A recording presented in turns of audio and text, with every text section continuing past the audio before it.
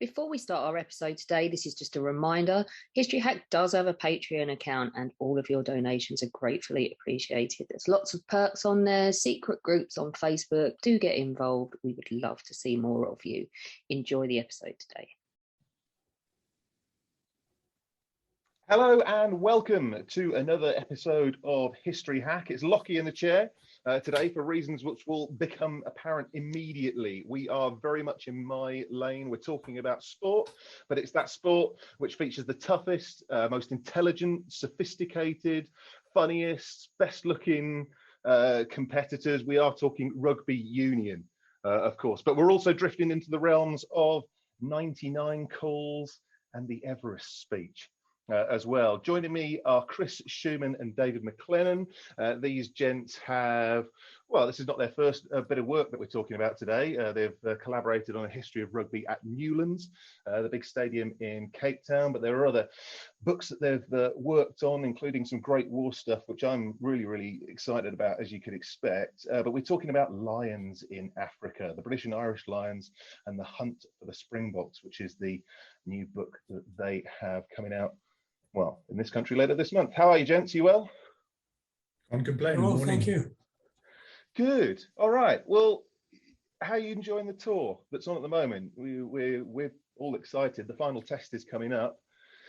What do you reckon? Well, there've been two tours, the 1903 and the 1910 tour, where they were level pegging after two.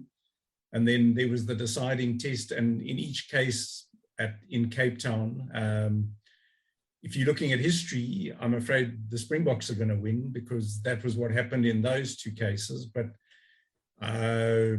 gosh, it's been a grinding series, I have to say. Very hard rugby. I don't know. Who knows? There might even be a draw on Saturday, but it's certainly going to be a tough game.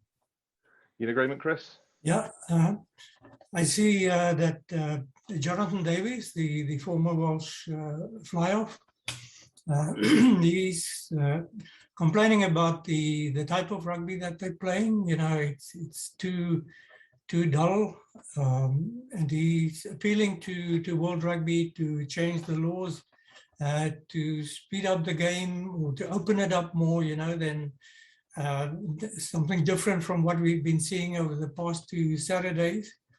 You know, there was a lot of kicking, as you recall, and you know, just thinking about what the great Cliff Morgan said, you know, in '55 after that first test, which was a fantastic test. They still regard it as the most spectacular, you know, ever played in South Africa. And they had something like 19,000 spectators at Ellis Park.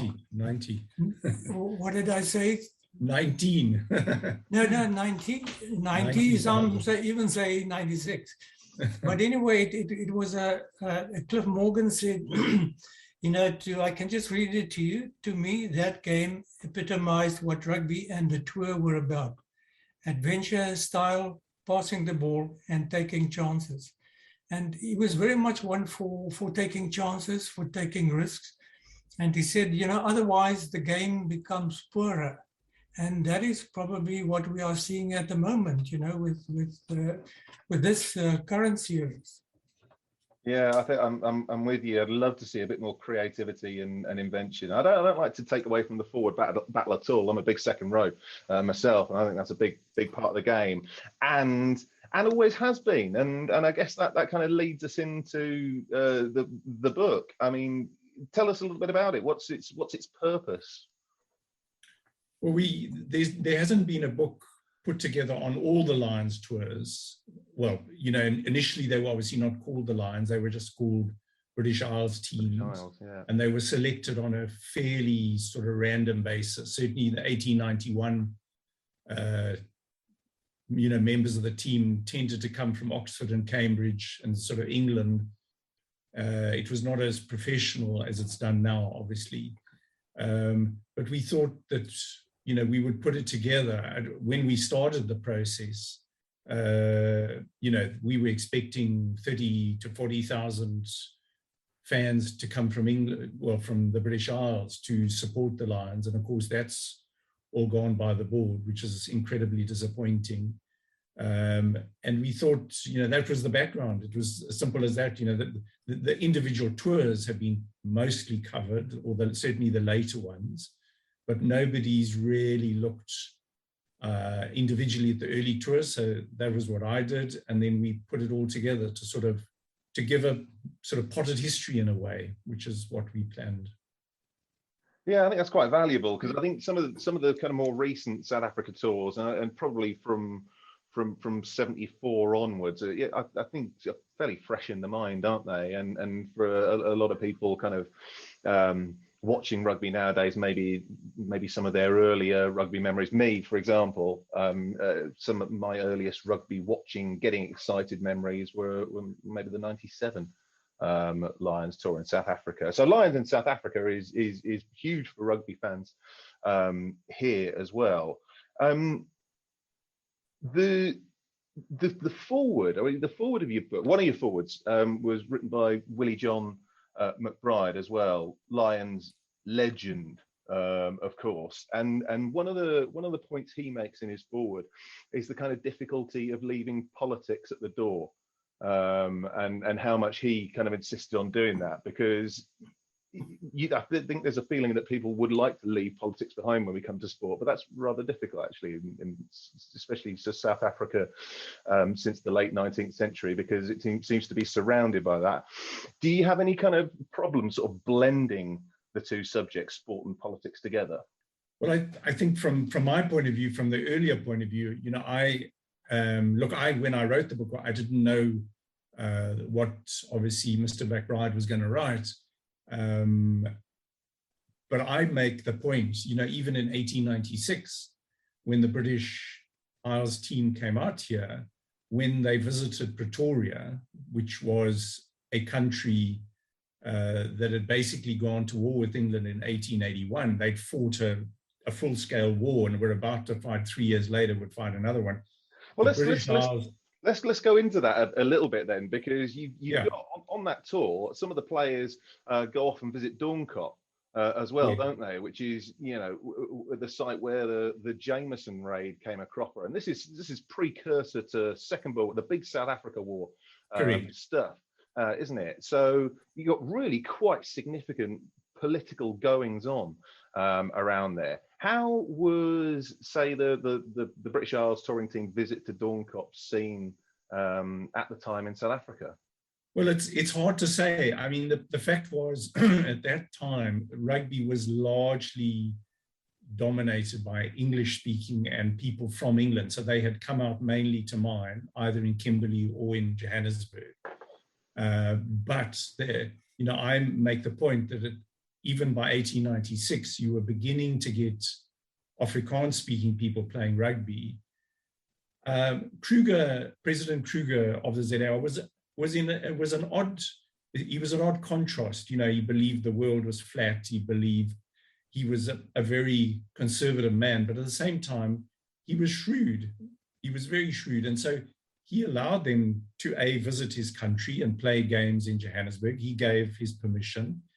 I couldn't find any reaction, but we have an exact situation now. Our ex-president, Mr. Zuma, is in fact in jail in KwaZulu-Natal. One can only imagine if the present Lions visited him in jail. Yeah. I mean, Mr. Johnson in Parliament would have to answer questions. So I can't answer your question. I don't know. I suspect Mr. Kruger was probably pretty unhappy that they went to see the Raiders in prison in Pretoria before they played the game there. But at the same time, Kruger was shrewd. He allowed the Raiders to enter the ZAR. He just watched them. He just sent his commandos until they trapped them at, as you correctly say, Doornkop, where there was a loss of life and the battle was over. It must have annoyed him. At the same time, the first Boer War, which, as you again correctly say, was not nearly as intense as the bigger one in 1899, 1902. But in 1880, Britain annexed the Zuid-Afrikaanse Republic. They sent troops from Durban. They marched into Pretoria. They took down the ZAR flag and raised the Union Jack. In retrospect, it's extraordinary that they could do that. I mean, it was a handful. It was a platoon of men. And they then controlled the Transvaal for about 3 years. And then that ended when the Battle of Majuba, when the Boers, won the battle. Famously, General Colley, who was killed on the summit of Majuba, was the first British general to die since Waterloo. There'd not been another man of that rank killed. It's a famous story in South Africa. The Boers, it's on a Sunday, the Boers sing their psalms, the British hear them singing, they are down in the valley, and then they set off and they climb up the hill and they win the battle. So maybe Kruger felt, how can I put it, that they put one over the British, and so, well, they were welcome to come and have another try. And I don't know. I'm always in danger of kind of derailing kind of podcasts with talk about military history, because that's definitely my thing. I do love the link between the army and rugby at that time, because then you sort of look at players from those tours actually fighting in South Africa as well, and becoming quite highly decorated. In fact, let's do something controversial. Let's talk about rugby for a second, and the tours themselves. And I'm kind of drawn to those early tours, and we can talk about the later tours, and we certainly will do in just in a few moments. But what these schedules that these players played to were off the chain, weren't they? Complete lunacy as far as the number of games they would play and the frequency and the intensity of them. Let's talk about that for a moment. Look, they learned their lessons. I mean, the first tour they brought 21 players. By 1910, I think they had 28 players. But coming to our fields, I mean, our fields now, that you'll see on Saturday are nothing like they used to be. I mean, there was no watering of the fields. So the fields were incredibly hard. And in Kimberley... Kimberley was notorious, wasn't it? It was notorious. Gravel patch. Yeah, after 1891, the British players shrewdly came, and they actually wore kind of a knee pad. But the descriptions are terrible. I mean, some of the men were very badly cut around their faces. They would be, if you think of how you get tackled in a modern game. Yeah. And one of the British journalists, which I quote, said, there were at least 3 blades of grass on the Kimberley pitch.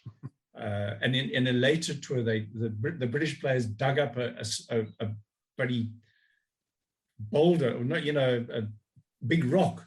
And the Griqualand West Rugby Union, which controls rugby in Kimberley, denied this strenuously. But I mean, it was absolutely true, I'm sure of it. Yeah. So the conditions were appalling. And they made the players, this is why it's interesting to me, this tour, Mr. Gatlin's tour, 7 matches. I mean, these guys were playing 20, 27, 28 games, 21 games, whatever it was, and they were playing Wednesday, Saturday, and traveling between on a train. No, that's it. And not just jumping on a plane to go to the next venue, were they? These slow-moving trains, which could take all day to do a couple of 100 kilometers. Yeah, it's interesting what David... Sorry, Chris? Sorry, it's interesting what David said. That 1891 tour, they only had 21 players, no bomb squads, like you have today. How did they get by? It's amazing. Yeah, your star player gets crocked in game 1, and all of a sudden you're down to 20, and things look tough and tight. And yeah. No, you think of... You couldn't replace players, so if you were injured, which happened. And then the other thing that the South Africans did, and I mean, by 1938, the last tour that I wrote about, I mean, we'd honed it to a really, I mean, Steve Lewis, who's written the definitive book on the 1938 tour, he drew a graph about, how they traveled. So we sent them from the coast to the Highveld, back down to the coast, back up to the Highveld. We sent them to the desert, to Kimberley, where they played on gravel. Then you would go back down to Durban where it's tropical. Then you would go up to the high. I mean, South African authorities made it as hard as possible. And it's interesting to me because in the 2009 tour, there was evidently a lot of negotiations. It wasn't just about whether in the press it was, the tour, the people who are following the tour want to go to Cape Town, it was all around how many games you play on the coast where the fields are softer and how many games you play on the Highveld in Bloemfontein or in Ellis Park where it's very high. And obviously from the South African point of view, we want to play on the Highveld. From the Lions point of view, they want to play in Durban, Port Elizabeth or Cape Town. Yeah. I wonder if there's anything in the kind of venue choices for later tours, because this final game's in Johannesburg, isn't it? No, it's in. They all three have been in Cape Town. Oh, they're all in Cape Town. Oh, sorry. Yeah. Okay. All right. Well, still, yeah. No, the kind of moving around makes it difficult to acclimatise. Do you like have a favourite tour that you like to refer to? Either of you? Do you have a favourite kind of one particular? Well, you want to start, David, or shall I go? I'll start briefly.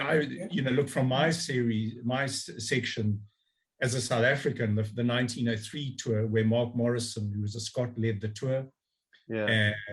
We won.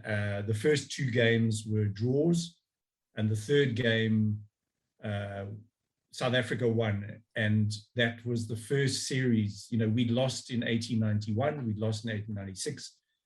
And that series is famous from our point of view because we were not defeated again in a series until 1956 in New Zealand. So that sort of started so I would say that is, from a South African point of view, a celebrated tour. And my last tour that I wrote about, the 1938 tour, was a fantastic tour. Sam Walker was the captain. Donnie Craven was the South African captain. South Africa won it 2-1.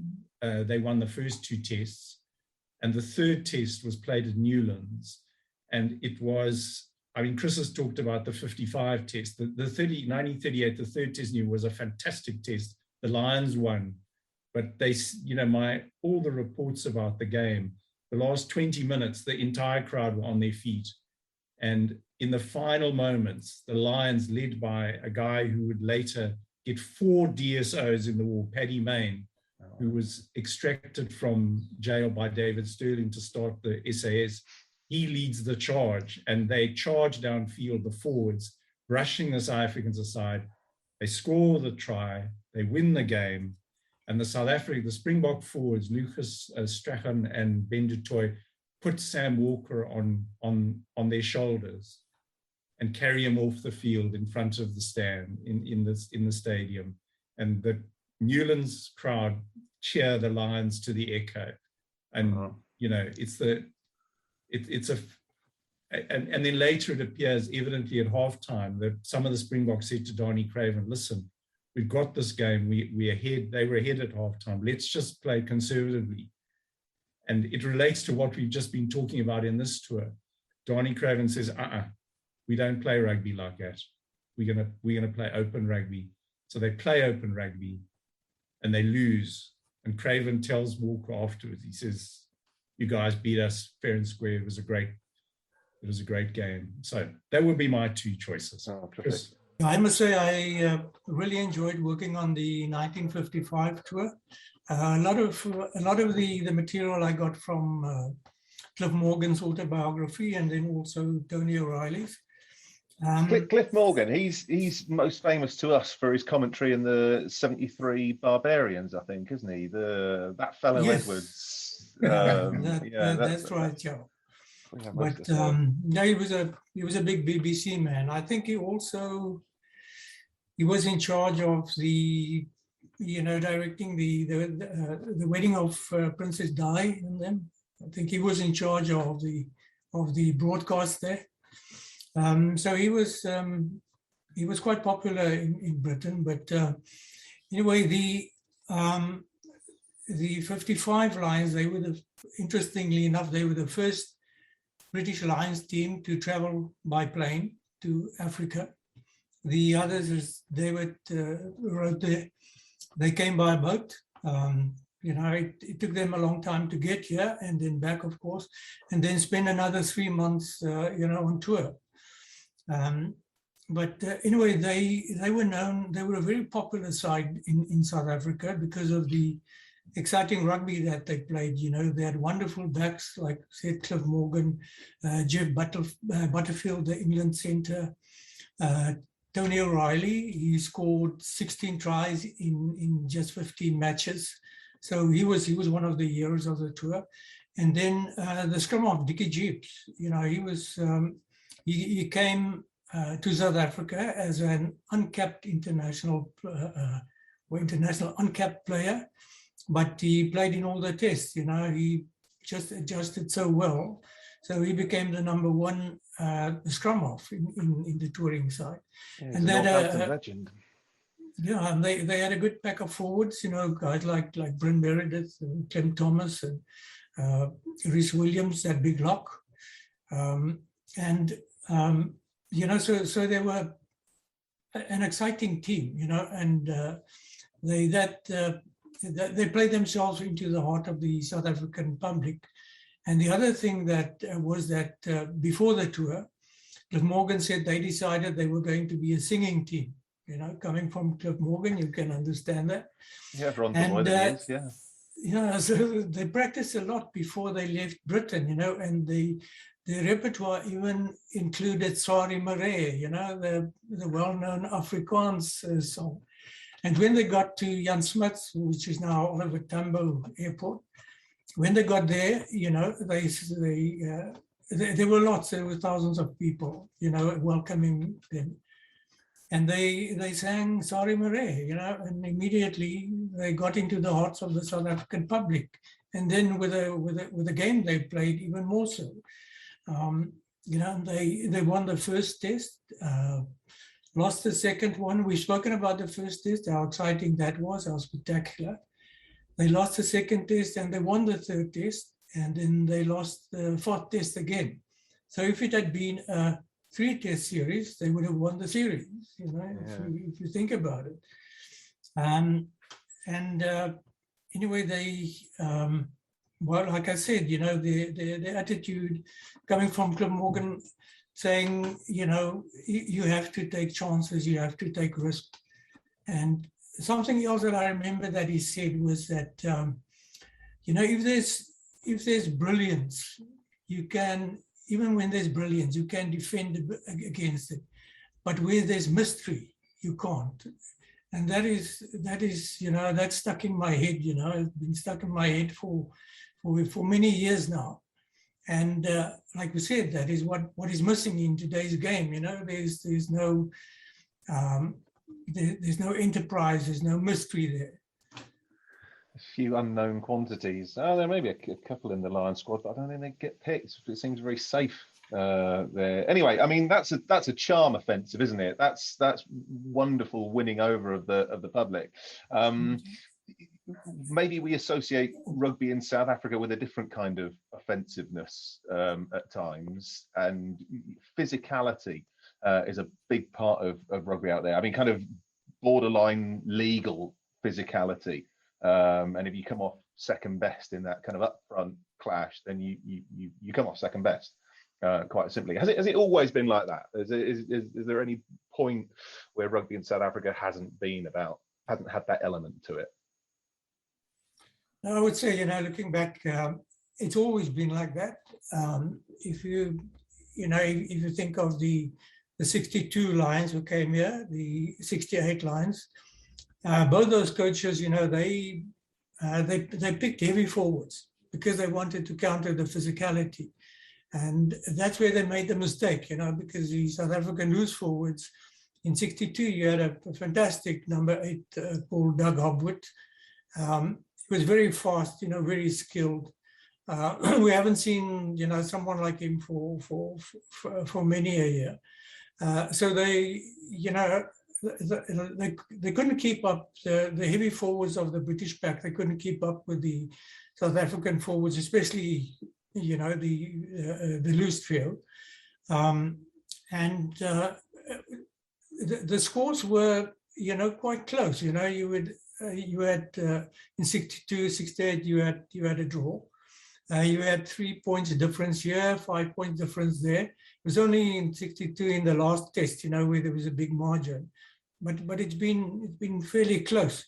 But that physicality, it's always been there. And in 74, that was my other favorite team, Willie John and those guys. You know, they played New Zealand in 71, and they beat them there. So they came to South Africa with quite a reputation. Willie John said, you know, like he said in his foreword, we decided that, you know, this time we're not going to be intimidated physically. And they had the pack of forwards to counter the box, you know, actually to dominate them. And they had fantastic backs as well. You know, if you look at Gareth Edwards, you know, Phil Bennett, and you know, JPR Williams, and the list just goes on and on. They were, you know, absolute legends, all-time legends, you know, of world rugby. So I don't think we ever had the players to beat them.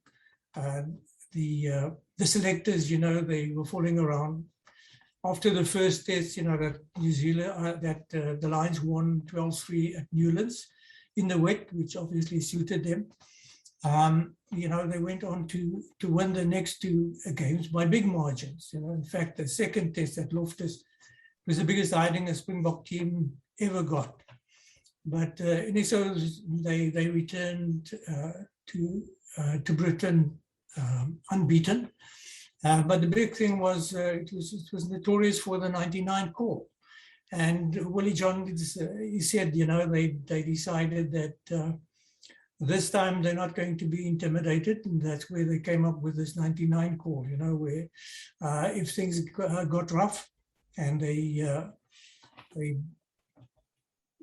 needed to defend themselves or to you know, gain the upper hand physically, they would just call 99, and it would be a free for all, you know, all for one, one for all. And yeah, the like principle being that the ref can't send everyone off, can he? Yeah, so that's correct.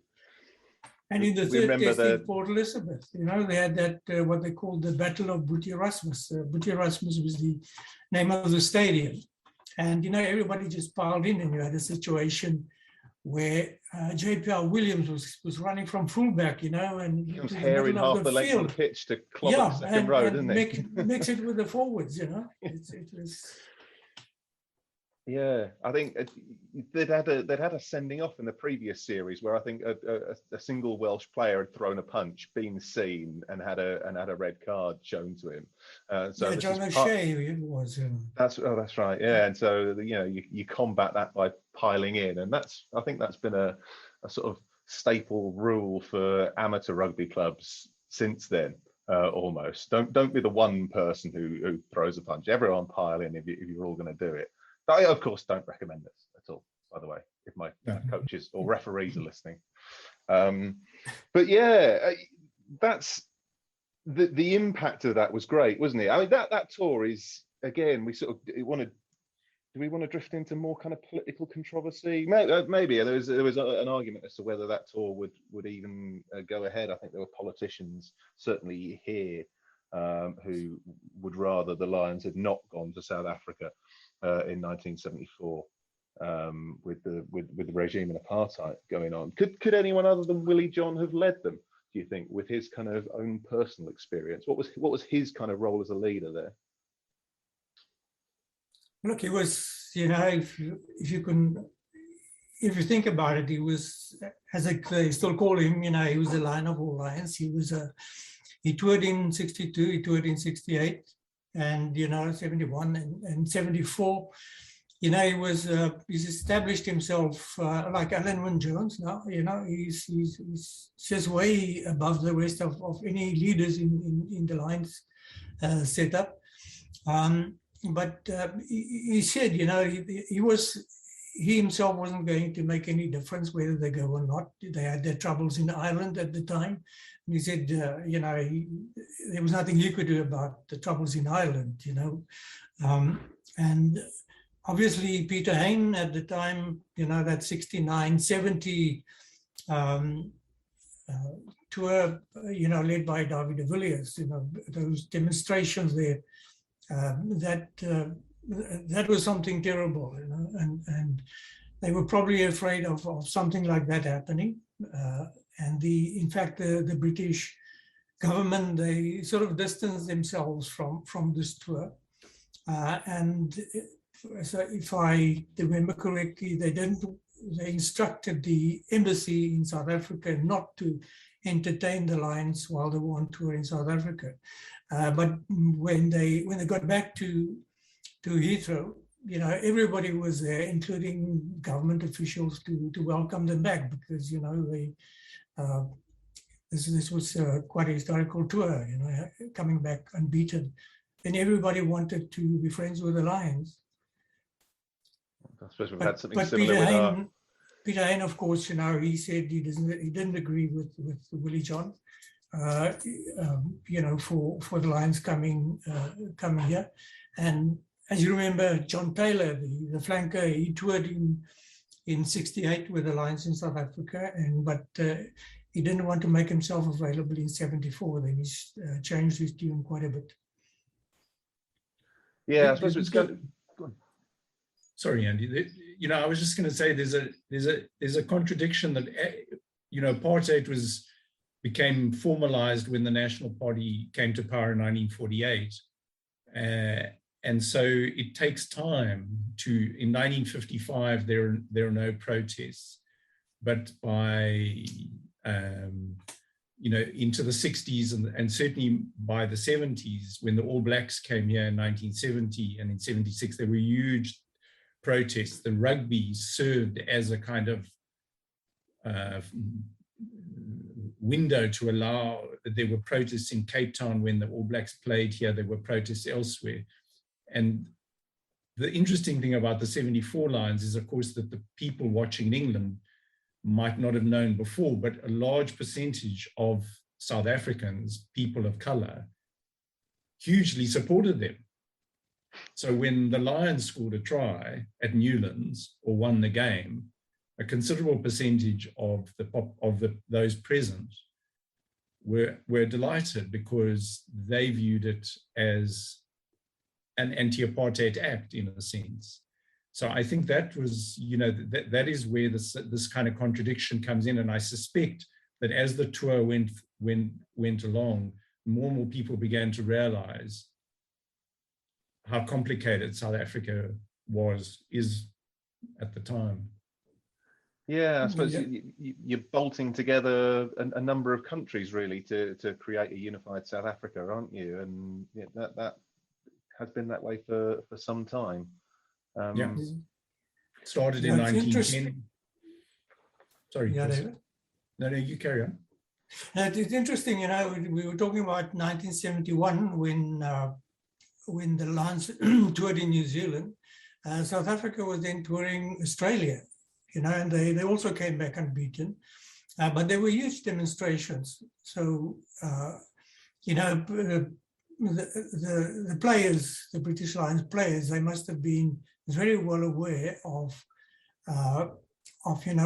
the implications playing a team like South Africa. Looking at what's been happening in Australia with the demonstrations at the time when they were touring New Zealand. So they did come here, fully knowing what to expect, what the background was, the political background was. But at least they were coming to South Africa, and Springboks weren't going to Britain in 74. Sure. Yeah, and then you kind of fast forward to we sort of skip a few years, but drift up to 97, and the kind of post-apartheid area, but also post World Cup. as well, post World Cup triumph. Is there a kind of lightening of the mood in the 97 tour at least? Or is it just still focused and we're the world champions and we've got that reputation to defend now? Yeah, it was you know, they were still the world champions, you know, at the time. And, you know, Gary Teichmann, the Springbok captain then, were taken over from Francois Pienaar.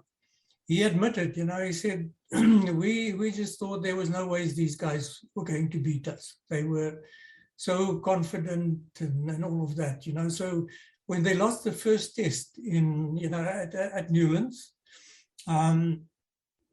you know, they were totally shocked. You know, it was against all expectations, but they were well beaten.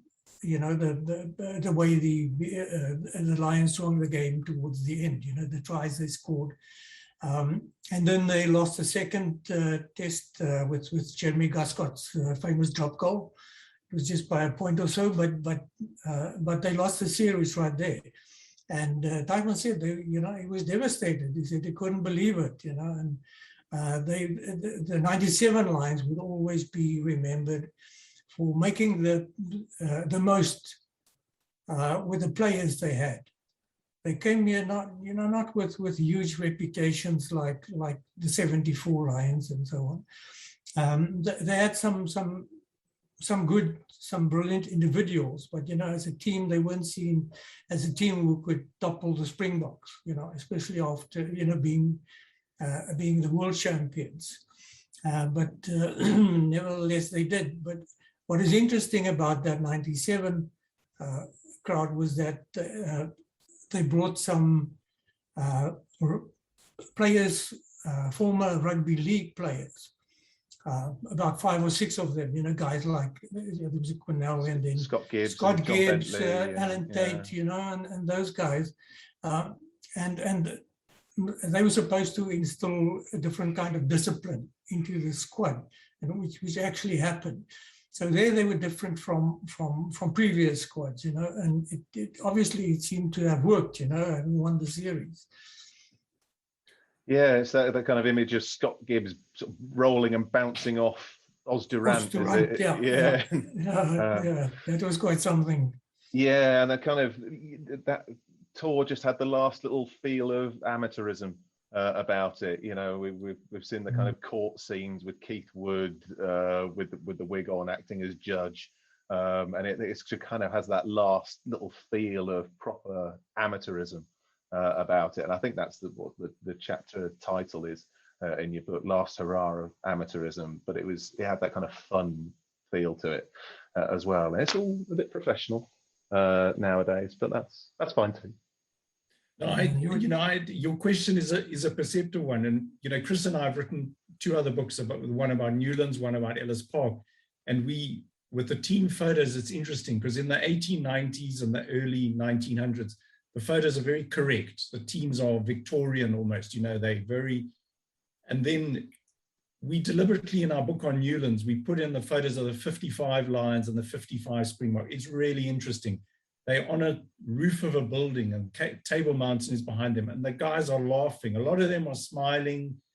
That you can see you know, the Springbok side was meant to be in a very happy side. And I think the Lions there's sort of an exuberance about it.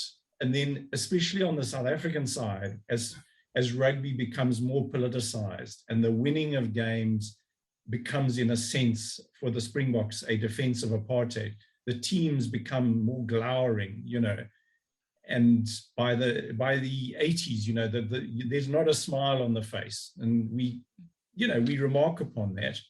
And then again, I think you are right. I think in 97, it's a happier time, and you know, what we talked about at the beginning of this interview, the reaction now to, you know, what's going on, the type of rugby that's played, you know, it seems to be, there's too much professionalism in a sense. That's putting it poorly, but I mean, it's Graham Henry in New Zealand is interesting. They asked him his opinion, and he said, listen, because of the history of a Lions tour, it's become so huge that the winning and the losing of it is so important that you can't actually play the rugby you want to. And in a sense, we are hoist with our own petard. We put, and our book is kind of part of that. We're putting forward this pedestal, this history dating from 1891. The first international played in the Southern Hemisphere was played at Newlands in 1891. And here we are 130 years later. And it's a huge history. And in a sense, I think it doesn't make for good rugby.